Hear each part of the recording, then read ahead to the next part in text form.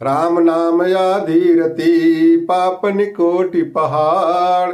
बलिहारी वह नाम की जो पाप होत जरि छाड़।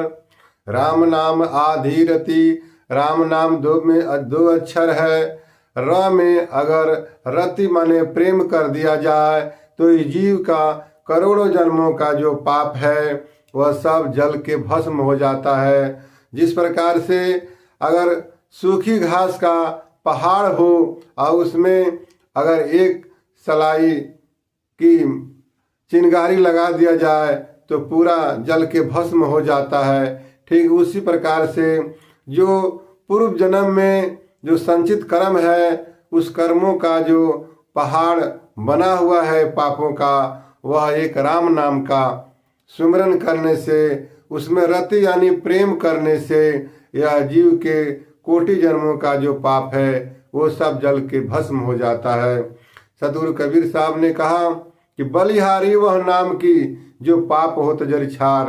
लेकिन ये जानना पड़ेगा कि वह नाम यानी राम नाम एक नहीं कई राम है। हरि राम है, ओम राम है और आत्मा राम है।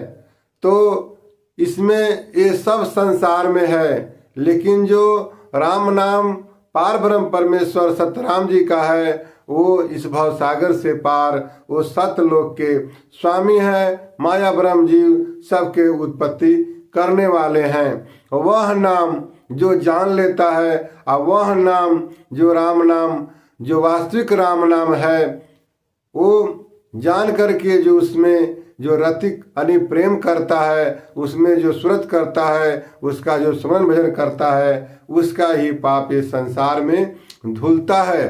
वैसे संसार के लोग तो अपने पाप को धुलने के लिए गंगा स्नान करते हैं, कुंभ में जाते हैं। जो हमारे नहा लेने से, गंगा स्नान कर लेने से हमारे पाप जो है वो धुल जाएंगे, लेकिन ऐसा नहीं है। आप तीर्थ में जाते हैं तो तीर्थ का फल है। संतों ने कहा कि तीर्थ गए तो एक फल, संत मिलन फल चार, और सतगुरु मिले अनेक फल, कहे कबीर विचार। आप तीर्थ में जाते हैं तो आपको एक फल मिलता है यानी आपको पुण्य मिलता है, लेकिन संतों के शरण में जाते हैं तो अर्थ धर्म काम मोक्ष सब मिलता है, और सतगुरु के शरण में जाते हैं तो कोई फल बाकी नहीं रहता है। आपको अनेकों फल मिलते हैं। जो इच्छा धर ही मन माही, हरि प्रसाद कुछ दुर्लभ नाही। तो यह सब कुछ सतगुरु के शरण में मिलता है, और राम नाम की प्राप्ति होने पर यह जीव के जो पाप है वह सब जल के भस्म हो जाता है। तो सतगुरु बताते हैं उस राम नाम के बारे में कि वो राम नाम किसका है। माया ब्रह्म जीव भव सागर, राम नाम नहीं भाई। माया सरगुण नाम जो सुमरे तासो मुक्ति नाही। और निर्गुण ब्रह्म का ओम नाम है, निरंजन कालाई। और सुहंग नाम जीव का जानो, जन्म मरण न जाई। परम दयालु परम पुरुषोत्तम, आवागमन छोड़ाई। कृत्रिम धोखा राम भावना, आ जन जगदीश न जाई। परम दयालु परम पुरुषोत्तम राम कहाई। परम दयालु परम पुरुषोत्तम जो सतराम जी हैं वो राम है, और जो पुरुषोत्तम है वो निर्गुण ब्रह्म है। उनको ओम राम कहा जाता है, उनको सीताराम कहा जाता है, उनको निर्गुण ब्रह्म कहा जाता है, पर ब्रह्म कहा जाता है। वो पुरुषोत्तम है, ये भवसागर के वो मालिक बनाए गए हैं। लेकिन जो वास्तव में राम है वो भवसागर के पार जो सतलोक है उसके वो स्वामी हैं, वो मालिक हैं। उनका नाम राम है, और इसलिए वो इस संसार में नहीं आते हैं। उनका नाम ही इस संसार में सतगुरु लेके आते हैं, और उस नाम की महिमा की पावर को बताते हैं। इसलिए कहा गया है कि नाम, राम नाम। और जो यहाँ पर जो राम आए थे निर्गुण ब्रह्म निरंजन, वो अवतार लिए थे, उनके शरीर का नाम रखा गया था। कई विष्णु भगवान अवतार लेते हैं तो उनके शरीर का नाम राम रखा जाता है, लेकिन वास्तव में वो विष्णु होते हैं। विष्णु को हरि राम कहा जाता है, और ब्रह्म जो निरंजन है उनको, वो भी निर्गुण ब्रह्म निरंजन है, तो वो भी इस संसार में अवतार लेते हैं। लेकिन सतगुरु बताते हैं कि साहिब सबका बाप है, बेटा काहू के नाय, अब बेटा हो के जो आया वो तो साहिब ना। जो लोग अवतार लिए बेटा बन करके इस संसार में आए, वो सर्वोपरि साहिब नहीं है, सर्वोपरि मालिक नहीं है। जो सर्वोपरि मालिक हैं वो सतलोक में रहते हैं, और उनका जो पावर है, शक्ति है, वो इस संसार में आता है और जाता है। लेकिन जो सतराम जी हैं इस संसार में नहीं आते हैं। उनके नाम सतगुरु लेकर के आते हैं और संसार में जीवों को बताते हैं कि उनके नाम में और उनमें कोई अंतर नहीं है। जितना पावर उस नामी में है, मालिक में है, उतना ही पावर उनके नाम राम नाम में है। इसलिए रामायण में बताया गया है कि समझो सरिस नाम और नामी। नाम और नामी को सरिस यानी बराबर समझो, इसमें कोई छोटा और बड़ा नहीं है, और जो छोटा बड़ा का भेद बताता है वो अपराधी है। तो नाम और नामी दोनों बराबर है। तो यहाँ पर मालिक का नाम है, और उस नाम को यह जान करके कि पार ब्रह्म परमेश्वर सत्यराम जी का नाम है, यह जान करके उसमें रति यानी जब हम प्रेम करते हैं, सुरत करते हैं, उसका सुमन भजन करते हैं, तो हमारे कोटि जन्मों का जो पाप है वो सब धुल जाता है।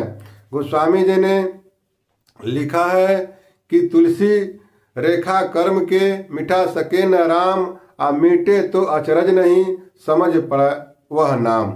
उन्होंने भी कहा कि जो राम आए थे वो अपने भाग्य की रेखा को नहीं मिटा सके, जो अपने कर्म गति को नहीं टार सकते हैं, वो अपने जो शिष्य हैं, जो उनके उपासक हैं, उनको कैसे वो दूर कर सकते हैं। या तो जो सर्वोपरि मालिक है उनके हाथ में है, उनका सर्वाधिकार है कि वो जो चाहे वो कर सकते हैं। तो यह जो वह मालिक है इसको समझना पड़ेगा कि समझ पड़े वह नाम जब समझ में आ जाएगा कि जो राम नाम है वह पार ब्रह्म परमेश्वर का है, तब उस राम नाम से इस जीव को कल्याण होता है, फायदा होता है। अन्यथा यह माया का नाम और ब्रह्म का नाम और आत्मा राम का नाम जप करके यह संसार में ही यह जीव जन्मता है और मरता है। इसलिए राम नाम की इतना पावर है, इसके विषय में गोस्वामी जी ने लिखा कि जो चेतन को जड़ करे जड़ ही करे चेतन, असमर्थ नगुराथी भजे जीव से धन। जो चेतन यानी जीव को जड़ कर देता है, और जो जड़ है पत्थर है उसको चेतन जीव बना देता है। ऐसा जो साहिब है, जो समर्थवान है, उनको जान करके जो उनका जो सुमरन भजन करता है वह जीव धन है। तो राम नाम में इतना पावर है कि उस नाम से जो यह जीव है उसको जड़ कर देते हैं और जड़ को चेतन कर दिया जाता है। अहिल्या जो चेतन थी उसको गौतम ऋषि ने इसी राम नाम के पावर से उन्होंने उसको जड़ से चेतन कर दिया, और चेतन से वह जड़ हो गई। यह राम नाम की पावर है, लेकिन राम में वो पावर नहीं है। राम न सकही नाम गुण गाई, आ कहो कहाँ ले नाम बढ़ाई। जो राम अवतार लिए थे वो भी उस नाम की महिमा को, पावर को नहीं बयां कर सकते, नहीं पार पा सकते, उसके गुणों को नहीं वो गा सकते। वह नाम पार ब्रह्म परमेश्वर का है।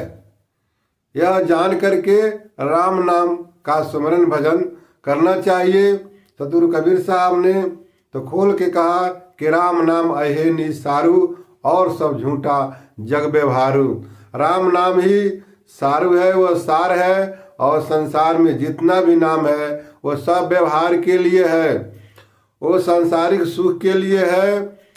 और स्वर्ग के सुख, वैकुंठ का सुख, जीवलोक का सुख, ये सब सुख आपको मिल सकता है। उससे सदा के लिए आपको जन्म मरण से मुक्ति नहीं मिल सकती है। जन्म मरण से मुक्ति के लिए भवसागर के पार आपको जाना पड़ेगा और उस राम नाम का सुमिरन भजन करना पड़ेगा। तो इसलिए वह नाम में इतनी पावर है और वह शक्ति है, उसको जानना चाहिए। लाल संत पारखे गुरु जगदीश दास जी इस राम नाम के विषय में बता रहे हैं कि जब लो भेद न जाने कोई, तब लो नाम लिए का होई। राम नाम कि जब लो भेद नहीं जानेंगे तब तक उससे कोई फायदा आपको नहीं हो। र कहा सुरम गया, मम कह सुख पाए। र मम के भेद में बीच में सतुर भेद बताए, तो उसमें भेद है। या जब पारखी गुरु के शरण में जब जीव जाएगा तब उसको इस राम नाम के भेद समझ में आएगा कि राम नाम किसका है, उसकी पावर क्या है, उसकी महिमा क्या है, उसका स्वभाव क्या है, उसका अधिकार क्या है। तब यह जीव उस नाम से फायदा उठा सकता है और सदा के लिए यह जन्म मरण से जीव मुक्ति पा सकता है। तो राम नाम आधी रति